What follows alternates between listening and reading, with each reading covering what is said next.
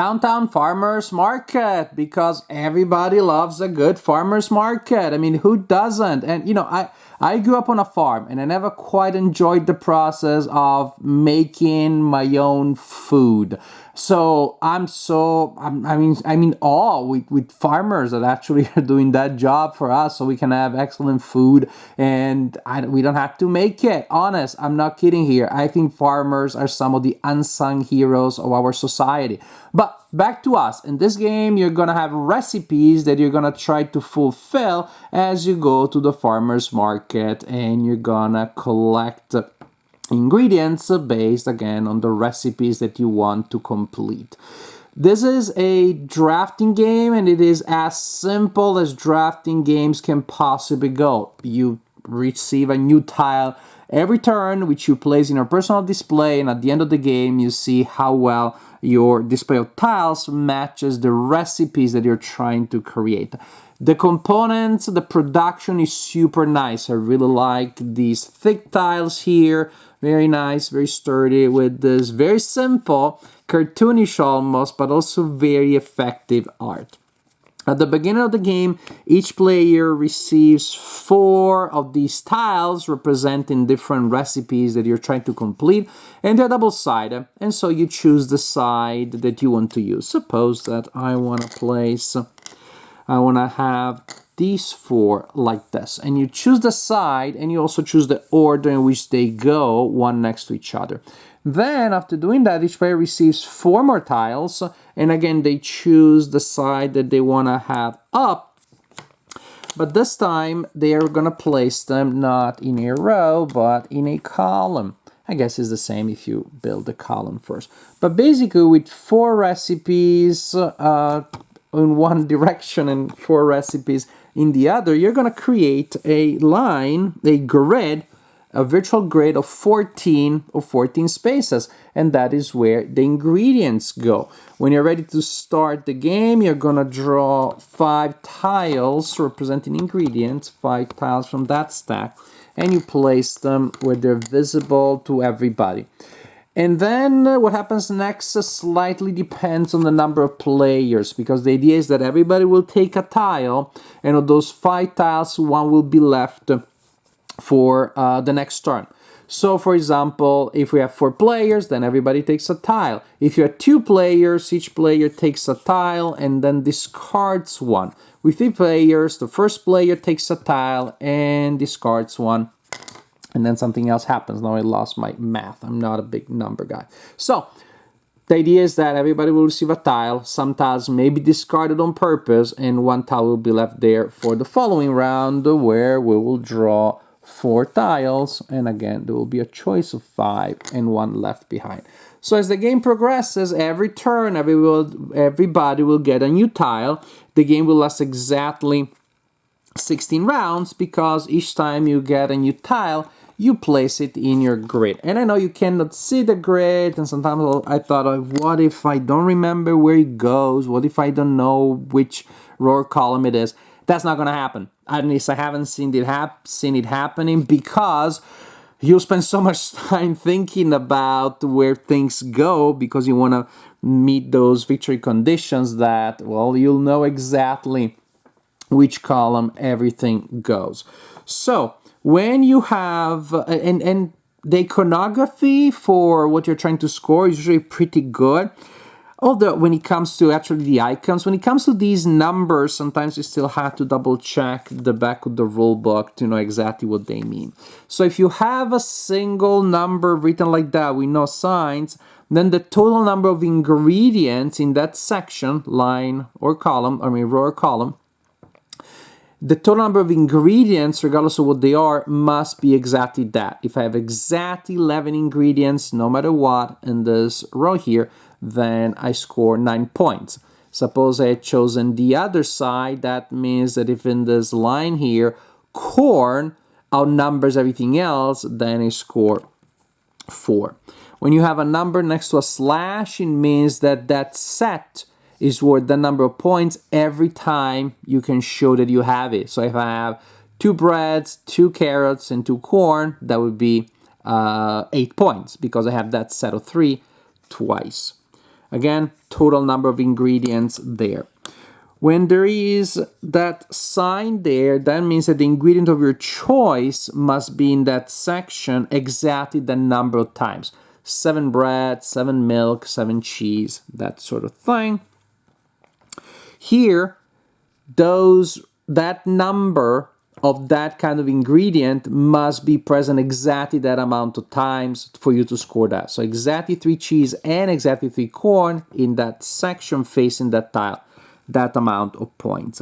And I guess that's most of it. Oh, well, there is this other one here with that symbol there. It means that each of the 6 ingredients must be present at least once in the line or column. I wish I liked that one was just a mini depiction of the 6 ingredients, so then we don't have to worry exactly about this or that. And again, I wish there was just a different way of expressing these scoring ways. But it's not a big deal. It's my only complaint about the design. So if that's the only thing, it's not that big of a complaint. And so again, I'll be trying to do that as much as possible to meet these conditions. Ooh, look at this one here. That one is about bread and cheese, so that's definitely the right column to place it.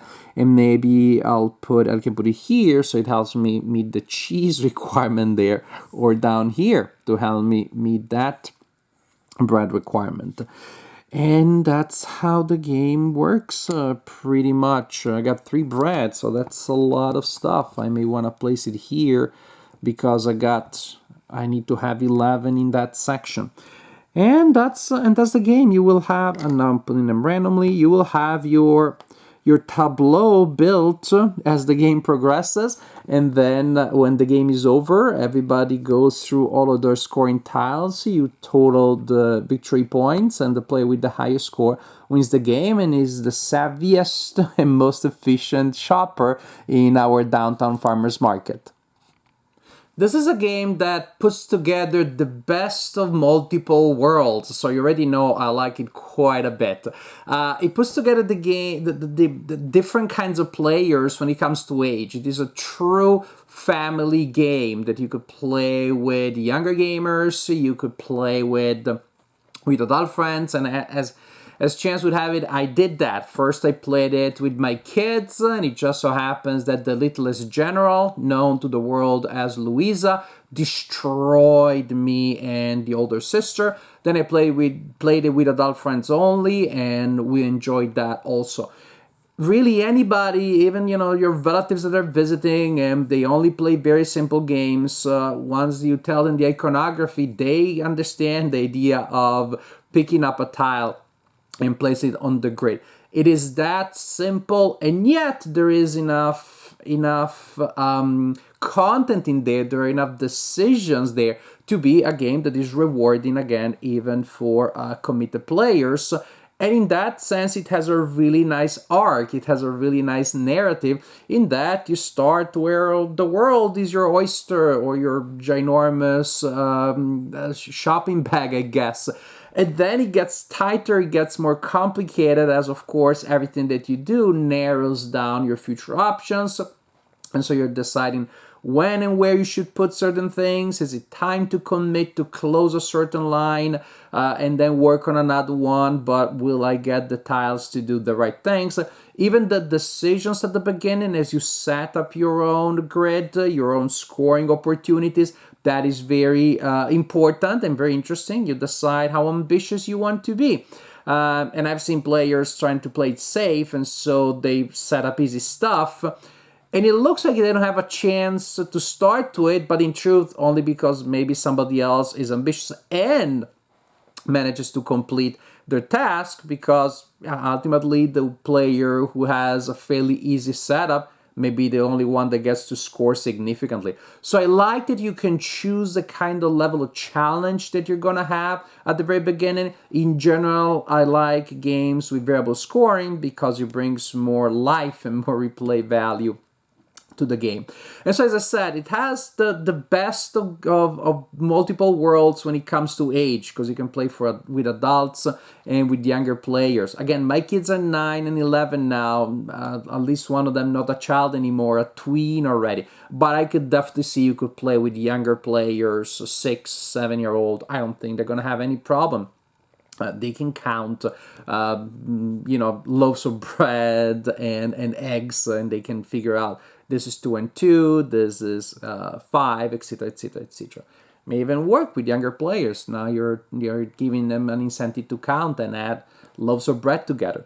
Now, it is also, to me, a game that kind of crosses the border between a filler and a bigger game and a more complex game. It has the simplicity of the rules that you expect in a filler. It's a filler, I want to be able to teach it quickly. If it's a game that it takes me longer to explain than to play. In most cases, not always, in most cases, that's not good. You have exceptional cases of game that lasts exactly a minute, fine. But here you have the simplicity of a filler. It's so simple to set up. Shuffle, shuffle, shuffle, the 2 types of tile, and that's it. So simple to explain, so simple to set up, so smooth to play. But at the same time, again, with more strategy, with the narrowing window of opportunity, more strategy with a push-or-luck element, that more strategy, more, I think, rewarding decisions, more planning than you have in most fillers. And depending on how long the players take and how many players you have, of course, that also influences things. It may last between 15 and 30 minutes. So it almost feels like an enhanced filler, the core of rules of a filler with more decisions in there, almost those of a bigger game. Now, of course, one thing, a couple of disclaimers that haven't been a problem in my group or with my constituents, but you may want to take those in mind, is that the game may feel a bit confrontational because it's open information. You see exactly what other players have. That means, especially later in the game, you see exactly what they need.